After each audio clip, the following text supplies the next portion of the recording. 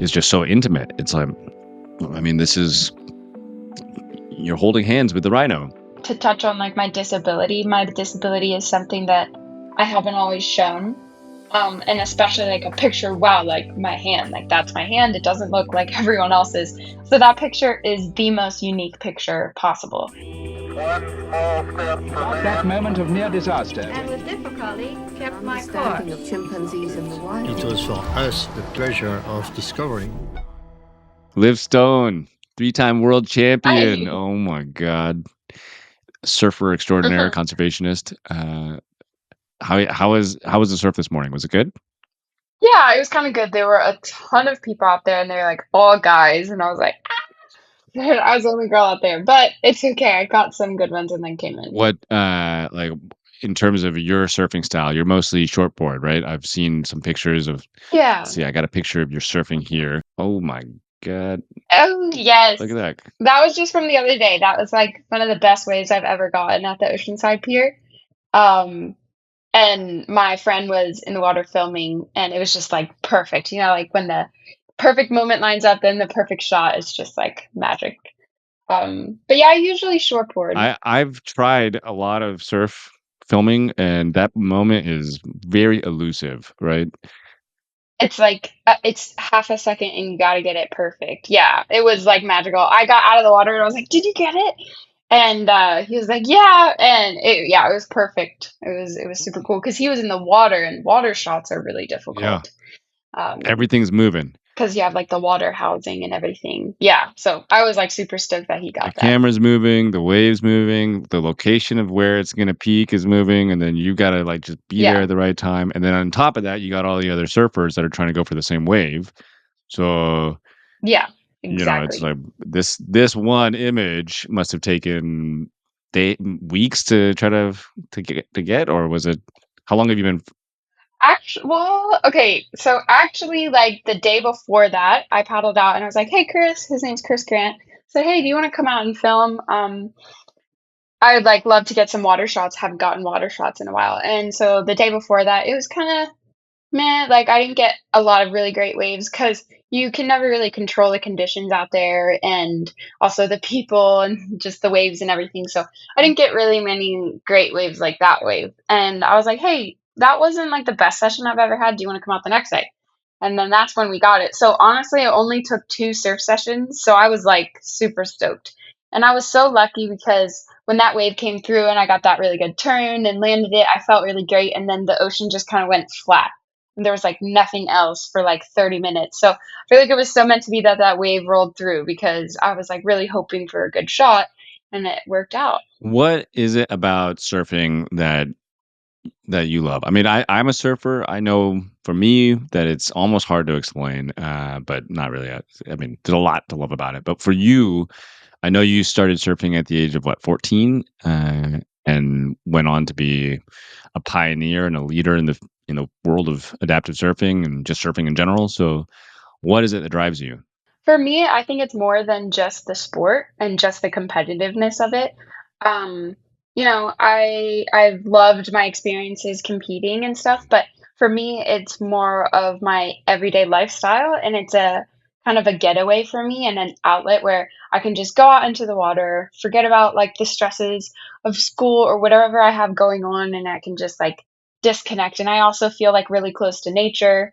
You're out there in the water and you're pretty much at the mercy of the ocean, and that's very, very humbling. So a lot of times I just go out there, and then when I come back to the beach, I'm like refreshed, cleansed, and like ready to conquer the day pretty much. So it always like just kind of is a mental reset for me. It's like it's definitely very spiritual, I would say. I don't just treat it as, oh, I have to go out and train the hardest and do the best, and yeah, I want to surf well, but for me it's like finding that mental headspace. I can totally relate, you know, and metaphorically and also literally, it's stepping into the storm, right? It's in a way because the waves are these energies that are created by storms and brought to us Yeah. from afar, right? I I started surfing like more seriously a couple of years, maybe 5 years ago or so, and went into bigger and bigger waves. And one of the things that has always been the most challenging for me has been just staying calm when you're in a big one and there's 3 or 4 waves coming at you, and you know you're about to get, like, really taken down and held down for a while. Right. How is that for you? Yeah. Do you have, um I see in this image that you've got, like, kind of paddles on your hands, right, to create a bit more leverage.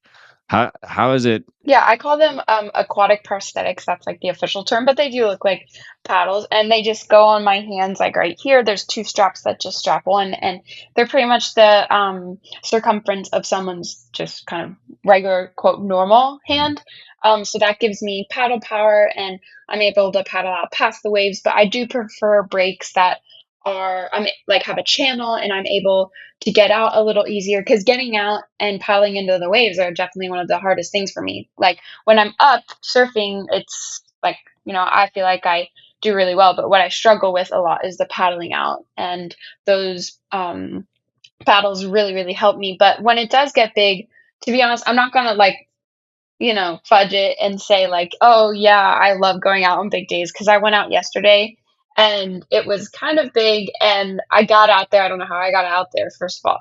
And I see like these big waves coming through and I somehow, when you scratch over the surface of the set and you're like, whew, and then there's like two more big ones out there and I was like, so yeah, So what I happened? I What try not to did it go. did it take you on the head? I Yeah, it took me under a bit, and I just was like, "You know what? I don't feel comfortable," and I went in because I I don't know, I know my limit, and I think that's really important. I wasn't gonna be out there and be like, "Yeah, I can surf these big waves." No, like, I went in and I was like, "Yeah, no shame, I'm gonna go Mm. in." It was too scary for me, because I don't like being held down like that for sure. Yeah, I mean, for me, when I get taken down, the first thing I grab is my leg because I have my leash attached to my leg, and that way, if it gets ripped off, the prosthetic, then at least I didn't lose my leg. It'll float back to the surface or back to the shore on the board. But by holding on to it, I got something to climb up, out of the darkness, when you're taken down. For for people that might be listening, when what we're talking about is that when the big waves come, they don't come as 1, they come as 3 or 4 usually, and, Yeah, you know, right. and when you get over that first one, it's great, but then you see 2 more mountains coming at you that are bigger and bigger, and it's like, "Ah," Right, and then you're taken right. down, and for what could feel like 3 minutes or 4 minutes is really just 20 seconds, and then for you, do you have any kind of mental like, what do you do? Because for me, I try to just meditate on my kids. I get really calm, and I just think about them tossing me around in the hot tub, and that's how I try to keep my heart rate down. What do you do to keep your heart rate regulated in Right. those moments? Yeah, focus on my breath. When I was out there, it's so crazy that we're talking about this because just yesterday I experienced it. I'm like, Liv, I kind of just talk myself off the cliff, basically. Liv, you're okay. I speak to myself and I try and stop my heart from racing and I focus on my breath and I time it. Like my timing is big because I don't duck dive. So I ditch my board, make sure there's no one behind me, and then swim as far as I can down. And I just think to myself, get down as far as you can because then you'll almost be safe. So my safe zone is just swimming as far as I can to the bottom. And but when it really works me if I don't go deep enough and then the wave pulls me so much and that feeling where like you think you're at the top but you're not, so you like take a breath and you're like, wait, I'm not at the top yet. So just working myself step by step, talking to myself through it like you're okay, and usually that is helpful because panic is like the last thing you want to do. Yeah. I mean, exactly, right? But it's just so I'm just so I'm feeling really, like, I empathize with that feeling of having to think slightly differently about those takedowns because, uh, you know, it is scary if, for example, if I had a big wave that ripped my leg off and the board was gone from me and I no longer had a rope to climb up, and then I feel like, okay, I'm tossed around in this ocean and I don't have a kick, I don't have, like, the leg kick. I've got my arms. But you're kind of the same thing just with the arms versus the legs, right? So Like, what do you do to, um why do we keep stepping into that danger zone? Like, I don't know why I keep doing it, but I love it. I just kinda Right. love it, but what do you think it is? I can't explain it. Why, my kids are like, "Why do you I keep think on doing it's that?" But I know, why do we put ourselves in that kind of dangerous position? And I have actually never really thought of it like that. I don't know why I keep going out. I think it's just like I said, like our love for the ocean. We want to be out there, and it is a humbling experience. Like even having those scary experiences, you learn so much about yourself. I feel like I grow as a person, grow as a surfer, and learn how to do better next time. So if I go out to the like yesterday, I really didn't do well at this one spot, but I learned a lot. Like, hey, maybe I should paddle out somewhere mm, else, or um, maybe I should bring like a bigger board to have more paddle power to get out faster. So it's like it's always I feel like for us, especially with people with disabilities, just adapting and figuring out like, okay, what can I do next time? yeah. Because we want to go out, we want to experience that natural high and catching waves and be able to like shred just as much as everyone else. So I think we keep putting ourselves in difficult positions to become stronger people. And because we wanna experience that flow state, right? I mean, who doesn't? It's a human joy.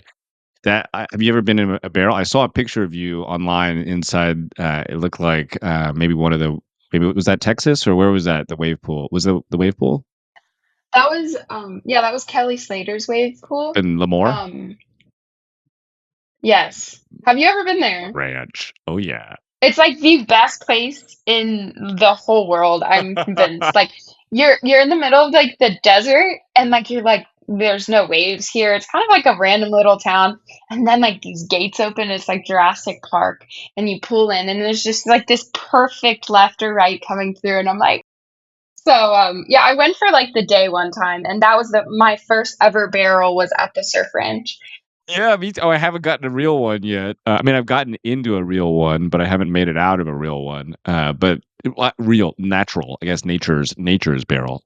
But my first fully in and then out of a barrel was same place, the Magic. That's actually the same with me. I have pulled into barrels in the ocean, in Oceanside, North Side. I pulled in and like I saw the vision, but then just got like absolutely smoked, and didn't make it out. But yeah, that's so crazy. We both got, and you made it out of the barrel at the wave Yeah, pool. I made it out of well, yeah, after many attempts. I mean, it's the perfect wave, right? But like you said, a moment like that is magical. It is incredible. What they built there is a phenomenal place and is one of the funnest places I've ever been in my life. I think of everybody that I was with there, we all said it was one of the best days of our life.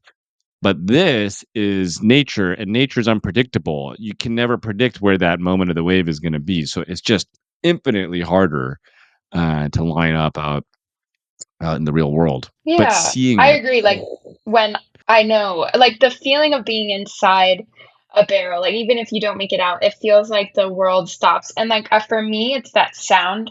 You know, like when you're surfing, you hear a lot of sloshing of the waves and it's loud and you can hear the seagulls. And then when the wave goes over, it's just and it's just silent.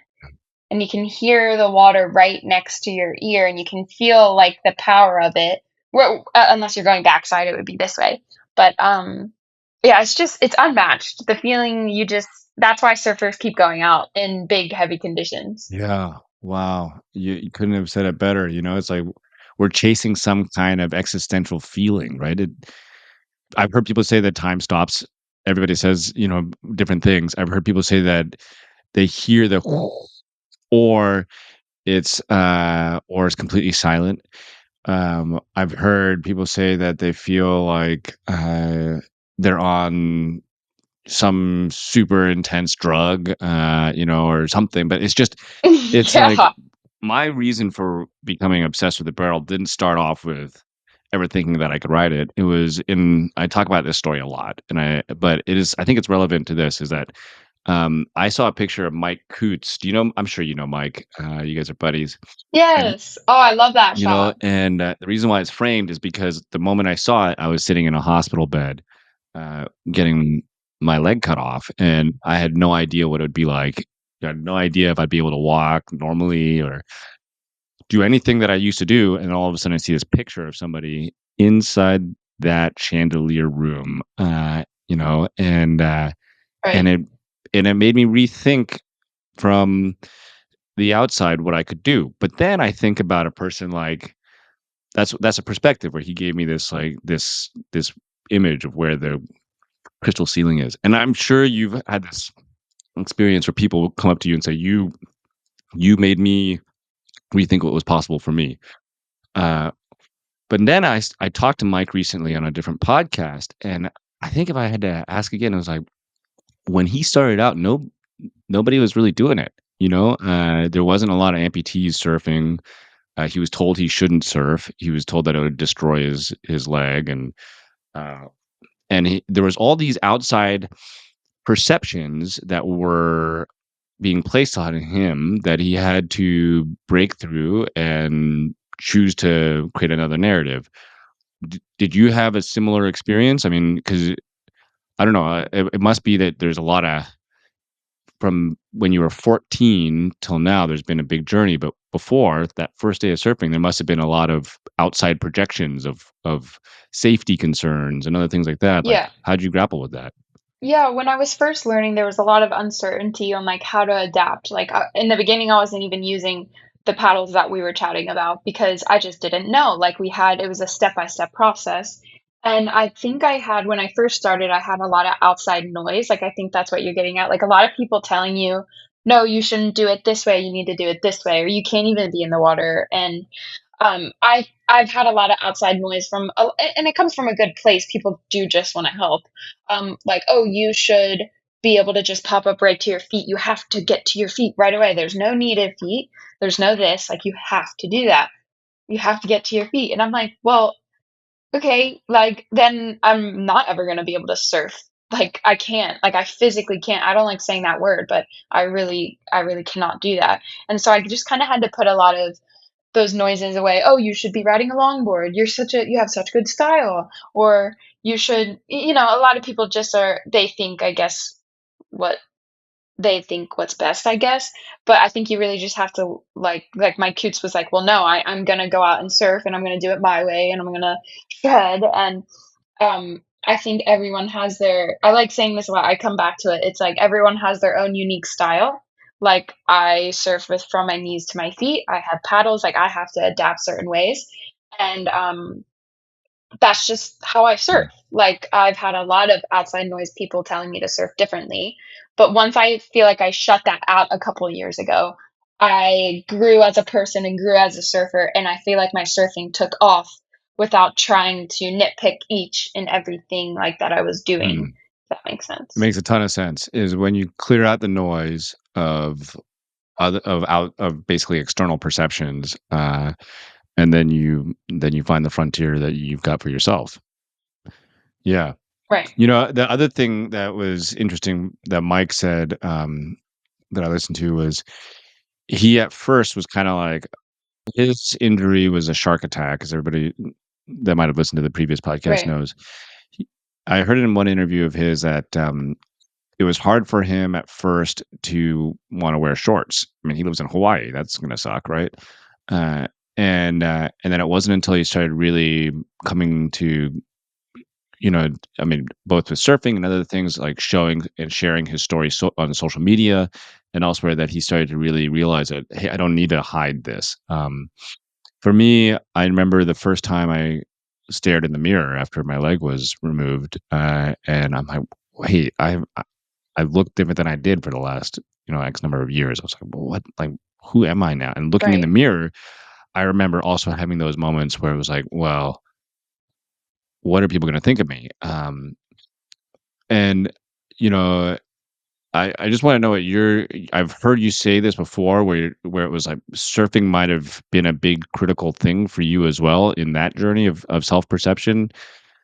Um, And at the age of 14, that's, like, one of the hardest ages anyway, right? Like, what was that like? I mean, growing up with, with the weight of outside perception and then having to break through that.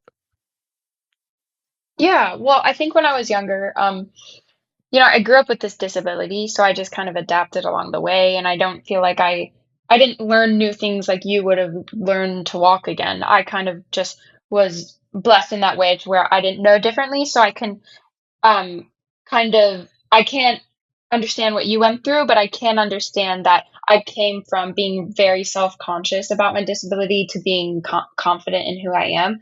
So around that time, like 13, 14, like, everyone goes through changes. It's middle school, high school, and I had a lot of self-doubt about how I looked because I was a girl and I wanted to fit in and I wanted to be cool and I found out like it's crazy. Like I've always had a disability, but it kind of hit me in those like early teens. I am different than everyone else. Like I kind of would like look around me in school and be like, I start to notice, wow, I'm way different than everyone else. And I think it just took years of my parents being supportive, going into surfing, finding myself, finding my true passions and outlets. Like confidence doesn't just come from an overnight thing. Oh well, I'm not different, or I'm not different than anyone else. It's not like confidence doesn't like hit you. It's like grown over time.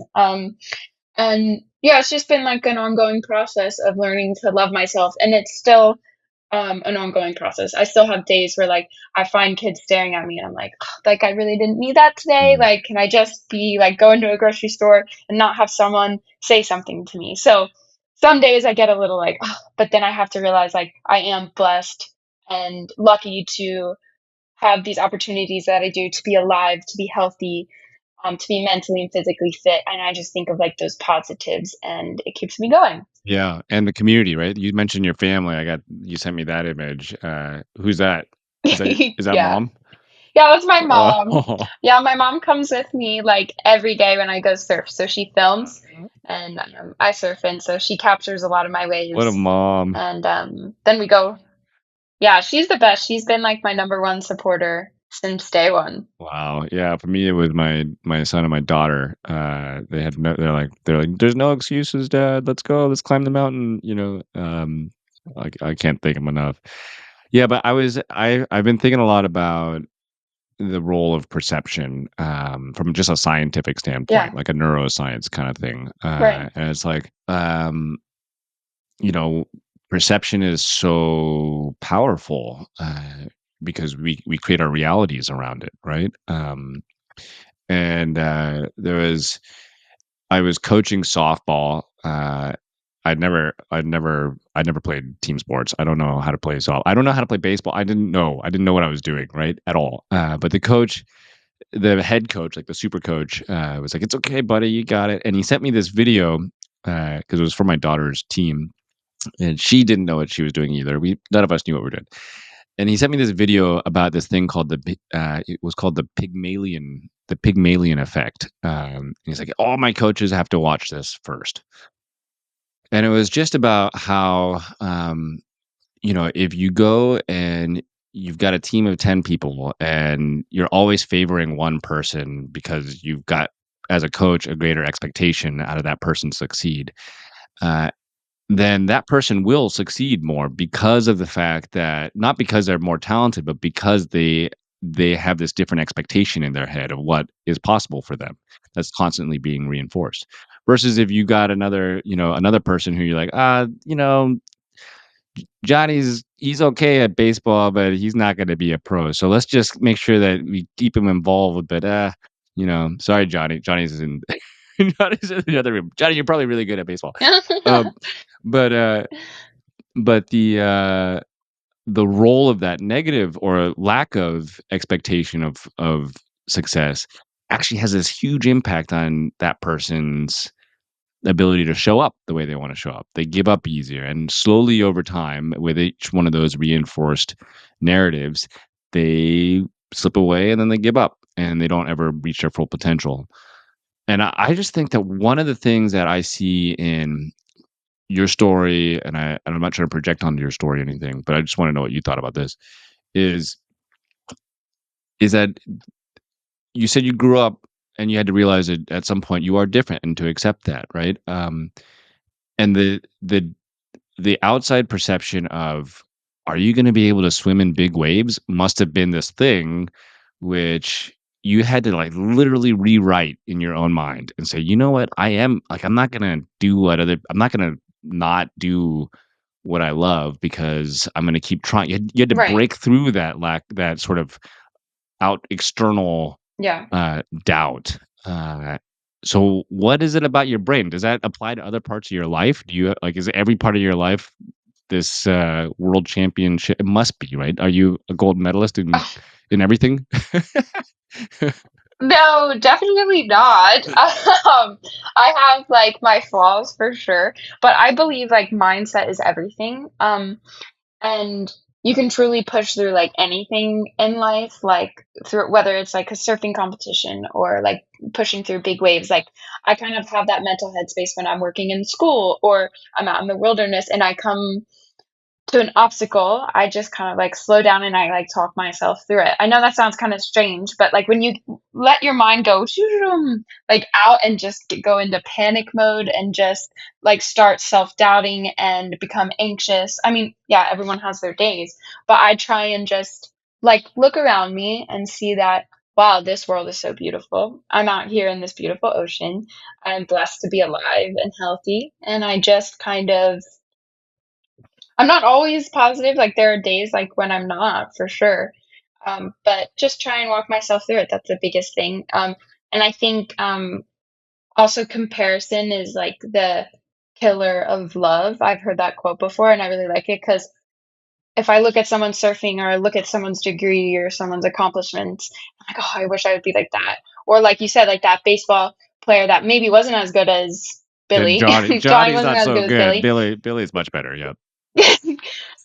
But if he would, like, keep looking up at Billy thinking, "Oh, I wish I would be like him, wish I'd be like him." And I think social media does that a lot where you, like, look at a perfect influencer or quote, "perfect person." You end up honestly feeling like crap about yourself. And, like, so I think just harnessing, like, who you truly are in your core and living that out through your whole life and just trying to be positive, trying to do the things that you're passionate about rather than trying to be someone that you're not and trying to change, like I said, my style of surfing. Like my style is my style and my life is my life. Like I love wildlife conservation and all of that other stuff. I'm not trying to be like the perfect quote Instagram model or trying to be like someone else because I think comparing yourselves to others, you're really not going to get You anywhere. mentioned wildlife conservation. I got another image. Ready?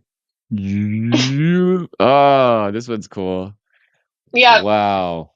Thank you. Yeah. That was a day we did 3 rhino that day where the conservation team would dart the rhino and then they would I mean that guy is awake but he's um, basically paralyzed so they tranquilize him and then they take like samples of blood and all the different types of things they need to track it and then that dude had a 86 centimeter horn. It was the biggest horn on the reserve, and it was super cool to be next to like a beast like that, but so beautiful at the same time. And I feel like we were talking about that mental headspace that I feel in the water.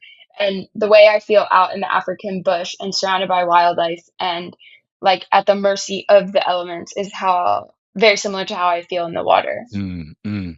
Yeah, I mean, there's a temple Yeah. of nature, right? Like that's just something that I think every surfer or anybody who's ever spent any time in a beautiful place in nature can agree to. I was um I was just talking to this folklore specialist in a previous episode of this podcast, and he studies all the ancient stories of. In his particular case, he's mostly looked at the Norse god stories and things like that, and all the Viking stories, but also Native American stories and also. And I was like, what is the one takeaway of all the ancient stories? Like, what are they all trying to tell us? And he was basically saying that they all spend a lot more time in nature. I mean, not by like, "Oh, I'm gonna go meditate in nature," but just we used to exist in nature a lot more. We used to exist outside of the boundaries of our walls and our light switches. And because of that, I think our human experience was much more humbled or maybe more grateful or, you know, um, believed in something bigger. But then, when you see an image like this is so it's beautiful, right? Is this your hand and the rhino's foot side by side? Yeah, so that was earlier that day. That's my hand with it's actually, matter of fact, a baby rhino. So that's pretty big. Like that female baby rhino wasn't even fully grown yet. Um, and to be, yeah, next to them was just pretty amazing. And like giving back and helping them because yes, like it looks like in that picture that they look like everyone like sees that picture and they say, "Oh, like is the rhino okay? Like they're on the ground. Like what did you do to it?" It almost looks like we like hunted it. I'm like, "No, we're trying to help it. It's for conservation purposes." And it's like trying to educate my audience on like how we've needed to step in and take action for these animals or they are going to become extinct. Yeah. And I love that about conservation because it's about stepping in and helping a greater cause than ourselves. What is this? Is this like a morning or an evening? Because I can see the sun's kind of low on the horizon, maybe Yeah, that was like later later afternoon. afternoon in a park called, what was the name of the park?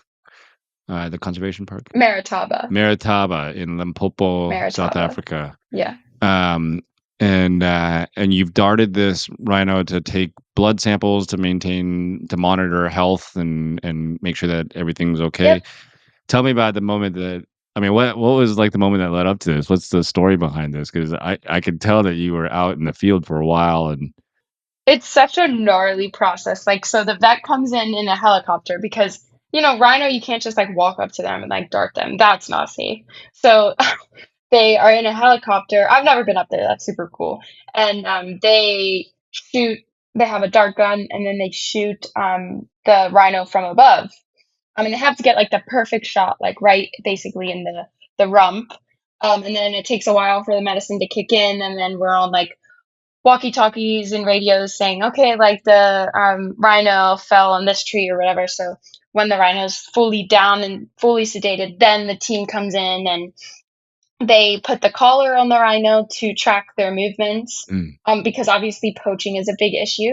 So that collar pings off of a tower in the park, and they get like a live location, and that's really important for their health because obviously, if God forbid there was a poaching incident, we would be able to get there and try and save the animal as fast as we could, or just manage the situation and manage the population and just protect them as much as we can. And for my first ever rhino intervention, it was very emotional for me because the medicine can make the rhino convulse and like the legs and like the head and like they don't have control of their body. So they look like they're in like a lot of pain, and which like my colleagues assured me they weren't, but I was just kind of standing there like, oh my gosh, they are put in this situation because of what humanity has like pushed them into these tiny little regions, and their populations have dwindled so much to where we have to manage them so closely.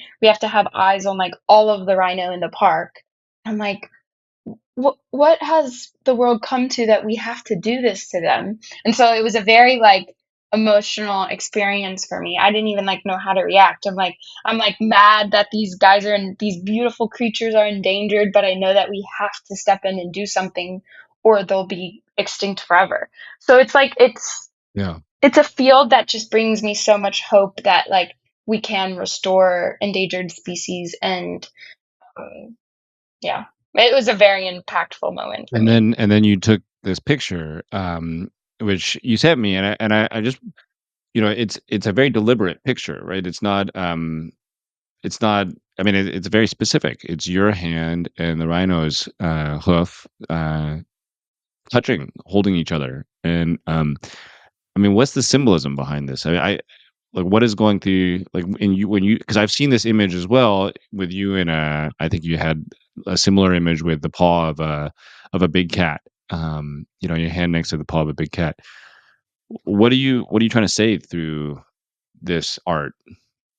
I think it's like me trying to connect to nature on a level that I never knew was possible, and that like you show people that yes, humans may be like the smartest of the animals in the animal kingdom, but like we deserve to rewrite what we did wrong. and help save them and give them the opportunity that they wouldn't have because animals can't speak for themselves. And so I was kind of down on her level. That was a baby calf down on her level. Like, I'm here for you. I see you, and you'll be okay. And yeah, that was impactful for me. Yeah, it's a very like cross species moment of connection, right? And it also feels like it's a statement of shared vulnerability, in a way, right? It's like Right. because it's just so intimate. It's like, I mean, this is you're holding hands with the rhino. It is, like, also to touch on, like, my disability is something that I haven't always shown, and especially, like, a picture, wow, like, my hand, like, that's my hand, it doesn't look like everyone else's. So that picture is the most unique picture possible because no one out there is like me, and, no one out there is like that baby calf either, and it's, like, this beautiful expression of life. Yeah, powerful. It's of our what makes us beautiful is our differences, right? Our different experiences, our different perspectives. God, you're making me cry now. I'm like, oh, I might, I gotta go take a photo with my stump.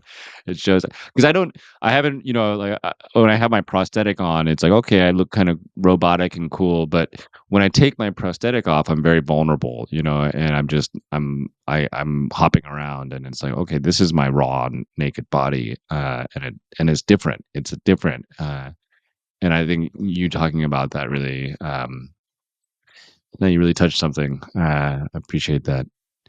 The So now you're a world champion surfer, which by the way, I hope we can surf together sometime. We live so close to each other. Let's go surfing. Yeah, We gotta do definitely. that. I know, we definitely should go out and catch some waves. Yeah, I've got a secret key to Blacks. So if you ever want to go to that and surf the right point, then I heard. That sounds amazing. I would love that. let's go.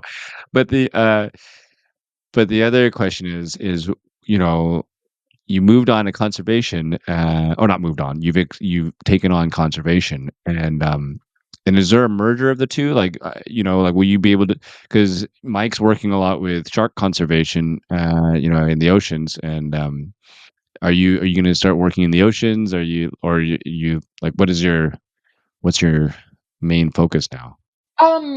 Focus, believe it or not, is building my degree. I'm still working in schools getting my environmental science degree. So like once that chapter is closed, then like I can kind of figure out like what to do now that I have my degree. Do I go full blown into conservation in Africa, or do I kind of have like try and have this mix of surfing and Africa and whatnot? Because my heart really is in two places, the ocean and the bush. Not quite sure how that's gonna merge. It's like that big Well, you grew question up that a lot of landlocked, people right? I mean, ask you me. grew up in New Hampshire or something like that? Right, So you grew up in the middle of a non-ocean place, and then you moved to the ocean, so you're a person of many right. places. Yeah, I my heart belongs in a lot of different areas, and I think that's a beautiful thing. Um, but it's just managing my relationships, friendships, family connections along the way, and building my um, life with a lot of different things that makes me happy. Whether that's surfing for like a month and then bush in a month, like I don't know what it brings. But probably not something in like marine biology. I definitely really love more of land Mm. animals, but I don't know. Like I really feel like I could go anywhere with my degree and explore and I got travel. I don't know. Like it's I gotta connect you with, I'm so open. Dr. Braun, who's the head of the conservation program at the San Diego Zoo and Wildlife, Refuge, Oh yeah. here. 'Cause they go out all over the world on these conservation expeditions, and maybe you never know. You might be a jungle person. You thought it was the plains. Maybe you're a Maybe jungle like person. I don't know. I would love to just explore all different parts of the world and like all different types of wildlife and ecosystems and trying to help as much as I can. Yeah, so that's the key. Okay, so you are always there thinking about. how to help these, as you said, animals that don't have voices for themselves. Uh, and that like that deep empathy and desire to care for others, where did that come from? Does it originate with a paying it forward of this image, or is it what's happening here, or is it like what inside you inspired you to choose to be thinking so altruistically with your energy and your effort, on as a life passion, when really a lot of people who are facing challenges often think of what they need to do to make their situation better. What turned you outwards? Right. Gosh, that's so good. I don't know if I've actually really thought of it. I don't know. I just feel like I have so much to give back, and I want to focus on a life of like making a change rather than like building up myself. Um, and I think I've always really loved like nature and animals, and so that's always been like very deep rooted in me. Um, and I feel like I just kind of had to like that needed to be like pulled out a bit. And so when I visited South Africa, and I was experiencing the bush and was experiencing also surfing because I surfed in South Africa, I was like, you feel so humbled in the bush. And um, I just fell in love with it. I fell in love with the animals, and I fell in love with the lifestyle of being out there in the harsh elements and being able to survive and protect these animals. And not enough. I think what really turned me is not enough people know about it, and there's a lot of people living a life that like is affecting those animals and destroying like the surrounding ecosystem. So I just wanna protect as much as I can and give back as much as I can, really. But I don't know if there was, like, a moment that just, like, really turned me. I've always, like, loved animals, but, um, I just kind of found like, in your 20s, in your early 20s, you kinda try and figure out, like, what you wanna do with your life and, like, what is your passions? What is your purpose? And so, on that South Africa trip, I was really just introduced to, wow, I could really make a change in something that's not just focusing on myself. Mm. Not everybody gets to that place, and it's I think somehow I have a hunch that it's connected to the same thing inside you that drove you to win 3 world, gold medals, and everything else, is to be the champion of the situations rather than, to let those situations dictate what happens. You know, I mean, with the specific cases of rhinos, it's pretty tough, right? Like it's a whole market of people that want to somehow use the horns as medicines, and it's ridiculous, and the poaching that, I mean, a lot driven by black markets in China and elsewhere, and it's a cultural shift that has to change, right? So, do you think you will ever end up doing like big speaking tours to try to change the understanding of people and these animals, or like how do we stop the demand on this particular species in order to try to stop the problem from where its source is? It's like a whole cultural thing, like you said, like, it would be changing the mindset of an entire group of people that, like, think that killing rhino is okay, and, like, that's hard to turn around because for centuries, we've just been, like, killing off very precious parts of the ecosystem and keystone species.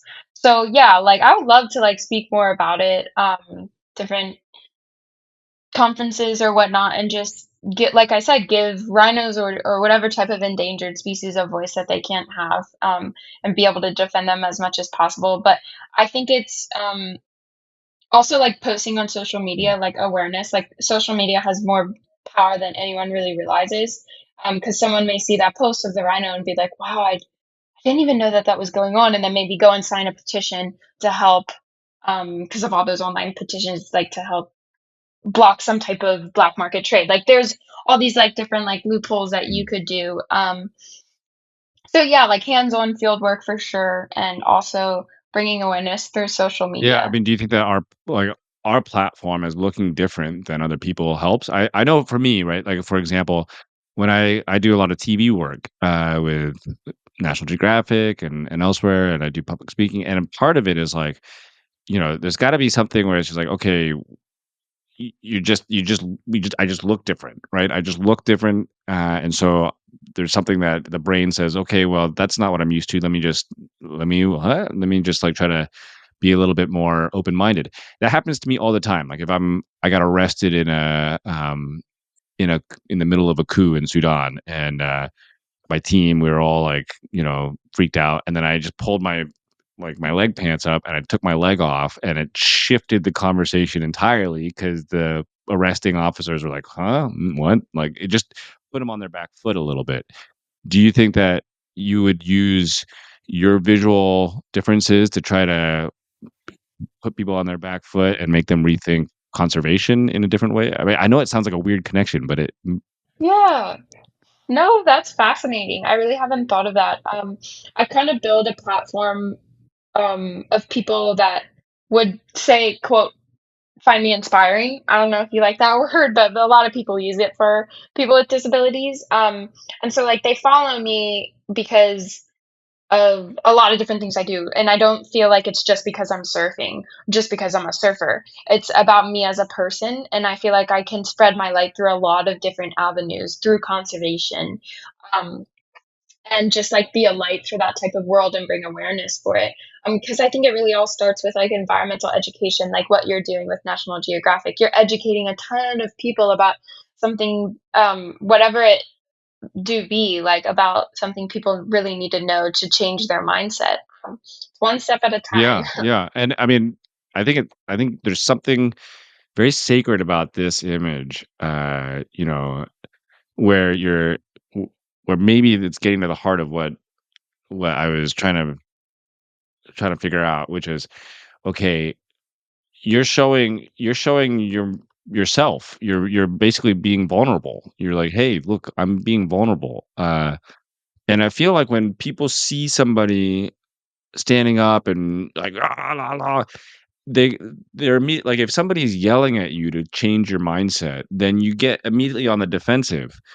But if you start from a place of open-heartedness and a vulnerability, then the person on the other end of that message might have to dismantle their own guards. And so maybe in a way, by showing your greatest vulnerability, you're actually creating a a gateway into a broader understanding. Oh, I really love that. I've never thought about that. That's a really neat way to look at things for sure. And I think through environmental education, it people are put back because some of them are like, "Oh yeah, like riots and this and that," and it's like that's not the message that I want. I don't want to be like up in someone's face about it. It's kind of showing the beauty of nature, showing the beauty of these animals, and like getting people to really understand like their actions are really making a difference. Yeah, well, yours are. I mean, you definitely, I like the word inspiring. I think why not, right? Like it made a big difference in my life to see people that inspired me to get out of the hospital.